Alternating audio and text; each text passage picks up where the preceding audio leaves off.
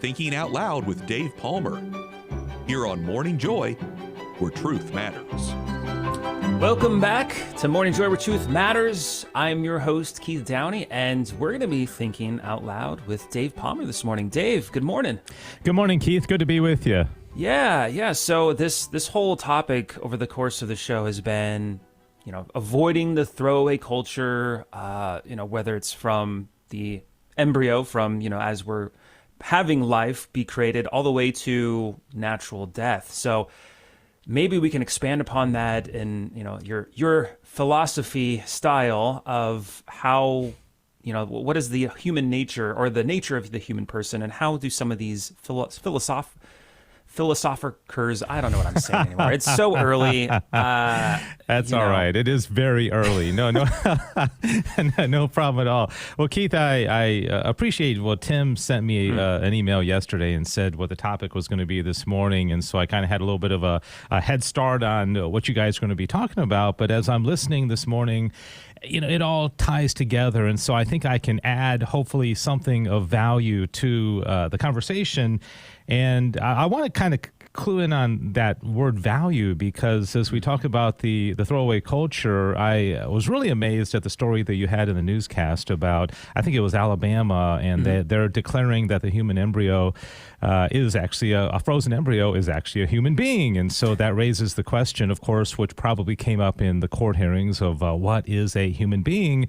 And also what Debbie and Adam were talking about with folks in the assisted living and folks who maybe are not in perfect health or don't have utility, they're not supporting the the gross national product of the nation, or they're not, doing jobs and all that. And so it got me thinking, we throw things away that have no value, right? So that's why, the person who has a frozen embryo, they don't need any longer, well, throw it away. An old person who has no, that doesn't really do anything, so to speak, in the culture, you throw it away. So I guess the question is, what is value, and why do human beings have value?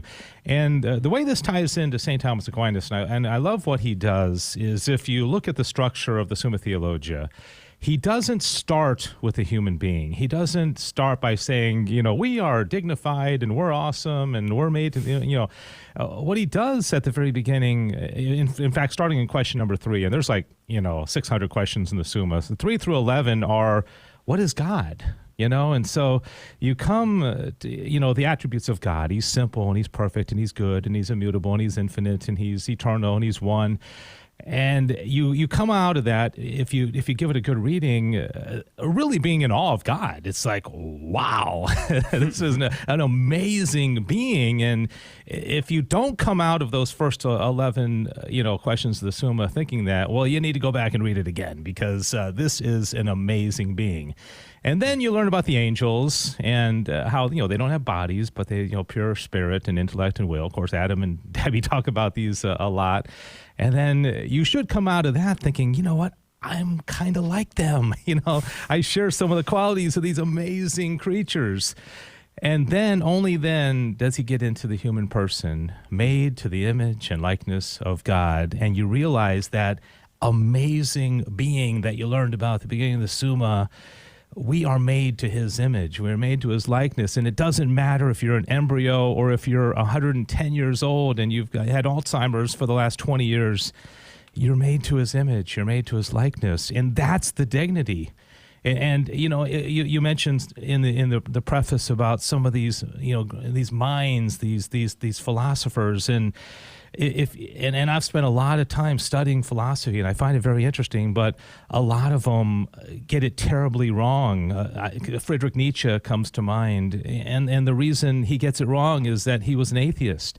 He decided early in his life he was going to throw out Christianity, and so he's starting on the wrong track. He's trying to look at the human being from a strictly philosophical perspective, and he gets it terribly wrong because he doesn't have God. He didn't study those, questions 3 through 11 of the Summa Theologia closely enough to understand who God is, because if you don't understand God, you're not going to understand the human person. And if you don't understand the human person fully, then you're gonna endorse a throwaway culture. So that's kind of a premise of I think how this all ties together today.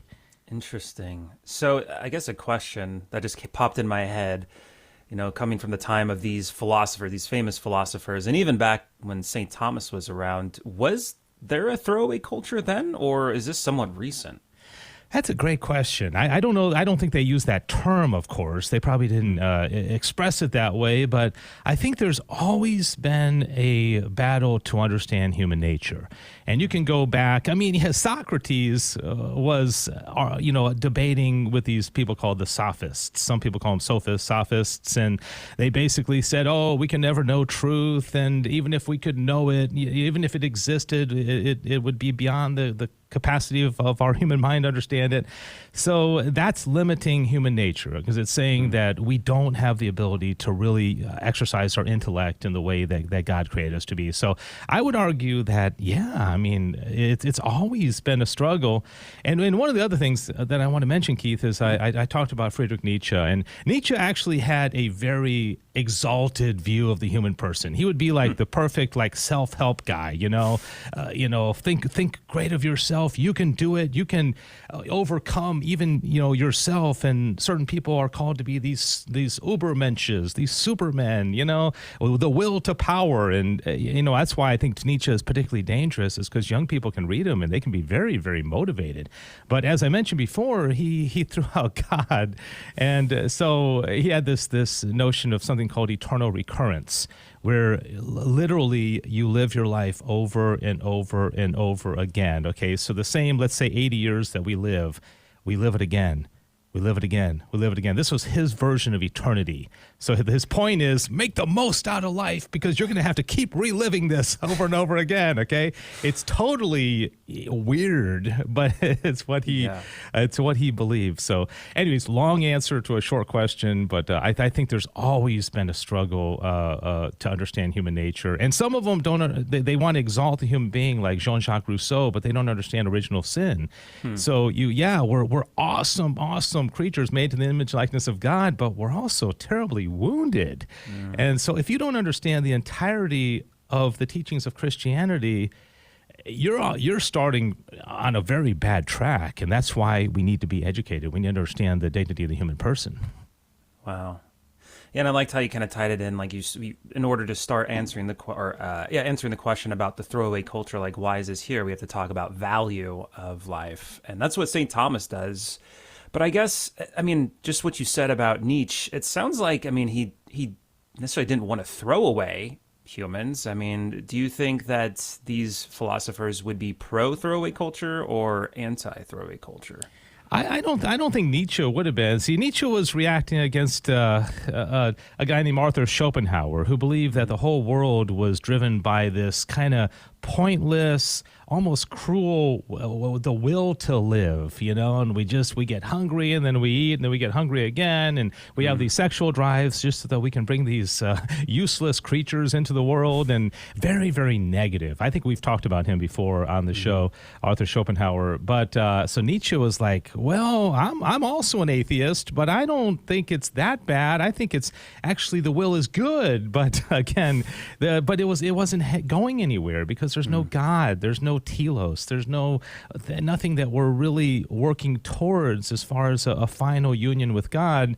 So in the end, I do think the end result was throwaway culture for Nietzsche, because it's a hopeless type of existence when all you're living is for the exaltation of the human being, outside of any kind of desire for God. That's the theological virtue of hope, is our aspiration and our excitement and our hope that we're going to one day be united with that God who Thomas talks about in those early chapters of the Summa. That's what really gives life meaning, and Nietzsche didn't have it.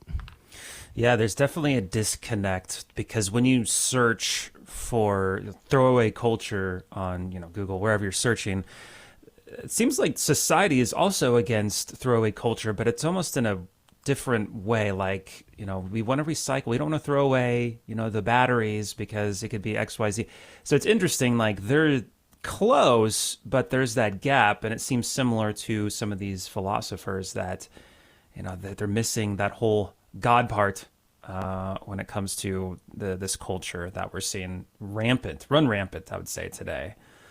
Yeah, there's I'll mention a couple of the other ones because, if you look at all these philosophers, there's a group of philosophers, you may have heard of them, called utilitarians. Okay, so they believe that everything should just be the pursuit of pleasure, kind of like the Epicureans, but they also believe in utility, is that the greatest good for humanity is what is the ideal, right? So I think utilitarians, for the most part, would say, that 110-year-old that's had Alzheimer's for 20 years, they no longer have utility. And so I think most of them would say, euthanasia would be okay because they're not really helping the common good, which, of course, is crazy because it takes away the inherent dignity of the human person. And then there's a guy named Thomas Hobbes, an English political philosopher, and he had this thing called the state of nature. He said, the life of man is solitary, poor, nasty, brutish, and short.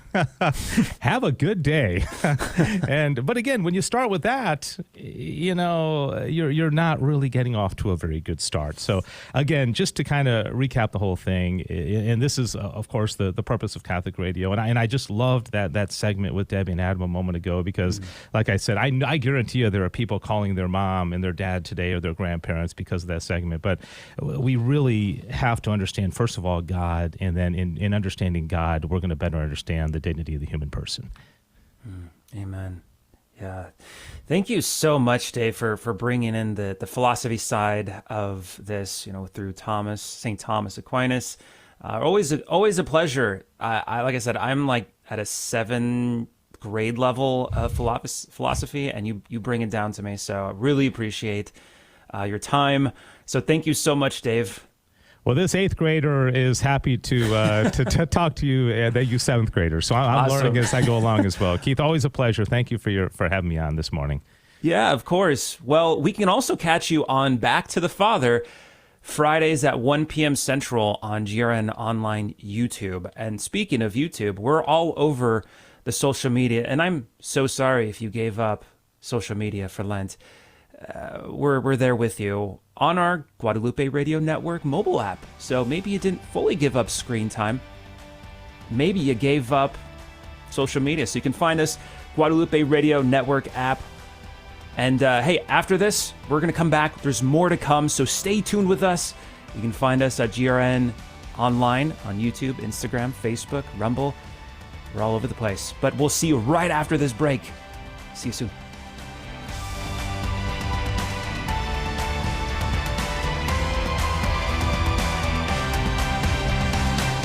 This has been Morning Joy, where truth matters, hosted by Keith Downey. Take some joy with you today. Visit grnonline.com/joy to listen again, share a segment, or answer the question of the day. That's grnonline.com/joy.